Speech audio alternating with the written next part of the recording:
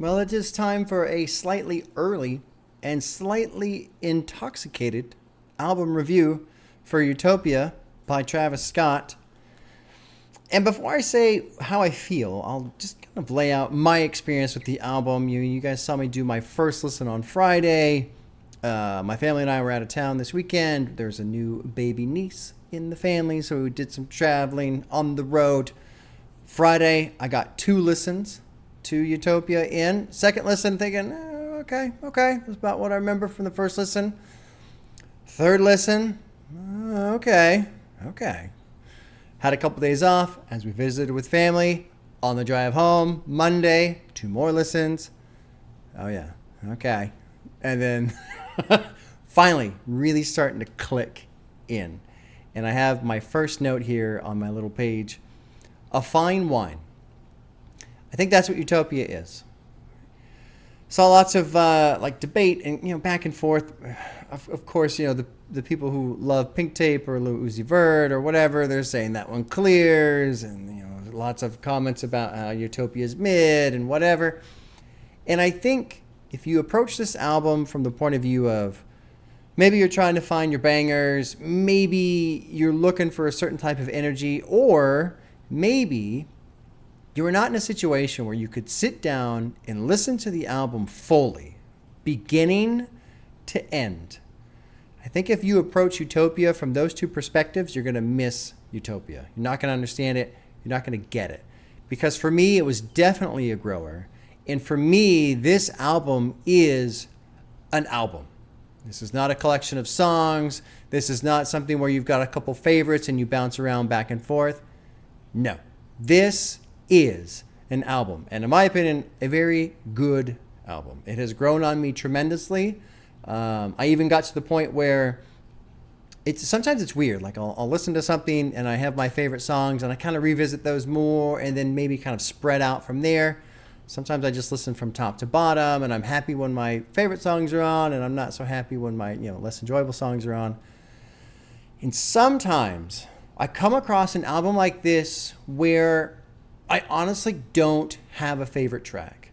Like there's lots of songs that stand out to me. Modern Jam grew on me quite a bit. Circus Maximus is obviously great. Topia Twins grew on me quite a bit. I love My Eyes. I love I Know. What's another one? Fucking Meltdown. I mean, honestly, as I go through the track listing, I enjoy all these songs. Del Resto was cool. Lost Forever is cool. Love is cool. K-pop, Telekinesis. But it's not about the singles, as weird as that might sound. This is an album experience. And I'm kind of glad this came out so soon after Pink Tape. Because with Pink Tape, I really enjoyed the music. I really enjoyed individual songs from Pink Tape. But the track order and the experience was just in shambles, in my opinion, right? And I think a couple people said it's a mixtape, it's not an album, it's it's all these songs, some were pretty old, he's just kind of putting everything out there. Great, makes sense. Utopia is an album. Full album experience. And because of it, if I was forced to pick a favorite track, my favorite track is Till Further Notice. Because, first of all, I just love the song, honestly. But there's this feel of, here's the completion of this whole ride that has kind of gone up, it's gone down, it's gotten quiet, it's gotten loud. And when you start to weave in the theme of Utopia, and you listen to the lyrics and what he's saying, and a lot of the features like Future's feature off of, what was it? Telekinesis? Yep, I think it's on Telekinesis. He's walking around his mansion alone, on drugs. Some of the shit that Beyonce says, the let go, walk. Like there's all these weird little elements that make this Utopia dark, uncomfortable, but you kind of have to settle into the entire album to get that feel. Like if you just listen to a couple songs and you bounce around, to me, in my opinion, even as I did bounce around on a couple songs today, just listening, it's different. It's very different. And so it makes me very excited because I've always enjoyed the album format. It's easy to make playlists with all your favorite songs. I feel like it's relatively easy to make a couple songs that are hits that people enjoy. I feel like the album structure the story, the ride, the feel, whatever it is that you're trying to put out there, that's the real challenge. That's kind of like the king of the hill. And I'm not a massive Travis Scott fan. I haven't heard all of his music. I don't listen to Astroworld very often. I almost never listen to Rodeo. There's no real reason. I just don't. So I don't want to say that, this is his best project, because I don't have any basis to compare that to his other work, honestly. But I like this more than Astroworld. I think this is a stronger album than Rodeo. I think Rodeo has better singles. If you're looking for singles, you're going to find that on Rodeo. But I love what he's done with Utopia. There's just this element of constantly unsettled. Even though you've found all these wonderful things and maybe life seems like it's going well, there's always this colder, darker undercurrent that goes through this album for me. And so I think Travis has done a great job. And I think the people who are saying it's not that great or they're not that into it, people who just don't want to give it a chance, they won't, obviously. But if you're kind of on the fence, or maybe you're struggling with it, you need to set aside some time, whether you're driving or you're just alone or whatever, and you really got to give it that from beginning to end ride. And I wouldn't even say pay super close attention to it, because I kind of don't think you have to. I think if I have any criticism of the album, I would say lyrically, that's its weakest point. The lyrics. Vocally, I think Travis sounds amazing. I think he sounds really good. I think he's putting a lot of work in. His flow, his vocal presence is very strong. It's very fitting to the different tracks that are bouncing around through this album. But if you are on the fence and you're like, I just don't get it, like, why do people love it? You really got to let it sit. It's kind of like a fine wine. You don't take expensive, great tasting wine and slam it. You don't. You smell it.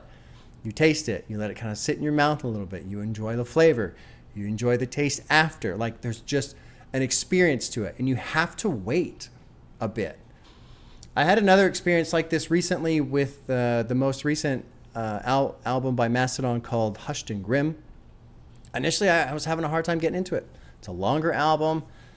It's kind of darker. It's a little bit, I don't want to say timid. It's just a little bit more chill than their earlier stuff. And so if you're looking for something loud and heavy, but man, the more I sit with it and the more I just let it play, the more it grew on me and grew on me. And now that album, Hushed and Grim by Mastodon, I think that's my favorite one by them. And so Utopia kind of exists in that same parallel for me, just with the experience. And I know I'm repeating myself. I've had a couple pints. I apologize. But I always get so excited when I have a fantastic album experience. And that's what Utopia brings. And what I really enjoy about it is if you don't give it a fair chance, if you just kind of if you just listen to it a little bit and then let it go, you'll never get it. You really do have to soak in the album, which is great because that's kind of the whole point of the album is just being ever present in this experience. And you call it Utopia, and it can have all these wonderful sides, but even then, it's far from perfect. Far from perfect. What else do I have for notes? I watched the Lost in Vegas reaction to Meltdown. I watched them break down Drake's verse. There was a fun little comment thread on the reaction video about my response to Drake's verse and all this other stuff. And yes, it is true. I'm not a huge fan of Drake. But Drake, for me, in my opinion, the bigger challenge with Drake is he lives, his world, his life is like a different planet. Like him and I live in totally different experiences. And so the things that he focuses on and the things that he knows about, and, you know, like when Lost in Vegas was breaking down the one line about how, oh yeah, the guy from Louis Vuitton died, and so Pharrell took over. And so when Drake was saying we don't even wear that shit anymore, he's talking about Louis Vuitton and because of Pharrell, and they're shooting at Pharrell because they're close to Pusha. Like I will never ever get references like that. And so Drake, he's very challenging because the content that he focuses on lyrically, you know, it seems to be a lot more like pop culture or fashion or whatever, and I have no idea what any of those things are. And then the way he writes is essentially in code. And so there's two layers that I just can't figure out. And so Drake is a challenge in that sense. There was a nice comment, though. What started the whole thread was a person reminded me, hey, it is a rhyming scheme. Like, yes, he's ending it with the same word, but there's also a rhyming scheme inside. And I get that, but I don't like that rhyming scheme. I don't like it when Little Sims does it, because she did it. I don't like it when Kanye does it. I don't like it when Drake does it. To me, if the idea of taking this rhyming scheme and making it so, yeah, because the words prior are also rhyming, but then to finish each line with essentially the same word, all I hear is that word over and over. And I'm just like, great, you've taken an extra step to take a verse and make it worse, in my opinion. So there you go. There's that on the Drake verse. But it was fun and just always surprising and fascinating to me to see Lost in Vegas break down that Drake verse and all the things he's saying, because he does that. And he's gotten me multiple times, which is why I'm reconsidering the idea of reacting to his new album when it comes out, because I feel like I'm just not going to get it. I probably won't get it for multiple reasons. And it feels like a waste of time to sit there and pretend like I understand what's going on and then, maybe talk shit about it because I don't get it, and I really don't get it, and it's not fun for the fans, and I just look stupid, which, what else is new, right? So we'll see. But there's that. Just in terms of the rhyming scheme on his verse, I'm not into that kind of scheme, and it's not specific to Drake. Little Sims, Kanye, they both did it. I didn't like it then either. What else do I have? I've got this bit I just put, not meant to be analyzed piece by piece. It needs to be seen as a whole project, not certain tracks that are better than others. It's right. I already kind of pounded on that, of course. Yeah. I feel like the fans of this album who are going to spend the next 6 months, year, 2 years, 5 years listening to this, they're really going to get that fine wine experience. It just has that feel. And something I've been struggling with lately is, as I go week to week and I focus on album to album, I have not been able to revisit older albums that I've listened to, which kind of bums me out. I feel like lately I've been consuming music more than listening to music. It's my own thing. It's not a big deal. But this album specifically, the why I mention that is this is something you got to go back to. Go back to. Even if you love it and you just listen to it for a month straight and then, okay, I'm done and move on. You got to go back to it. I think every time you sit down with an album like this, you're going to get these feelings, these things like just evoke inside of you because of the sound, because of the ride. And it's a neat ride for me specifically because, like I touched on lightly earlier, I feel like lyrically it's not that strong. It's all driven by the music, just this feel. And for a collection of producers to get together and string out 19 tracks where you just kind of twist and wind and go through these kind of dark, mysterious alleys while they're all painted in gold in a sense, it's just really cool. It really is cool. I enjoyed it quite a bit. I hope I can find time to go back to it often, at least once a month, every 6 weeks, something like that. Because I feel like as you do, you'll just get something new every time. Okay, there you go. Yeah, it was 13 minutes of me talking about how it's a great album. Friday will be Thursday, or Thursday will be Friday, however that works. Today's Tuesday, even though I post on Wednesday.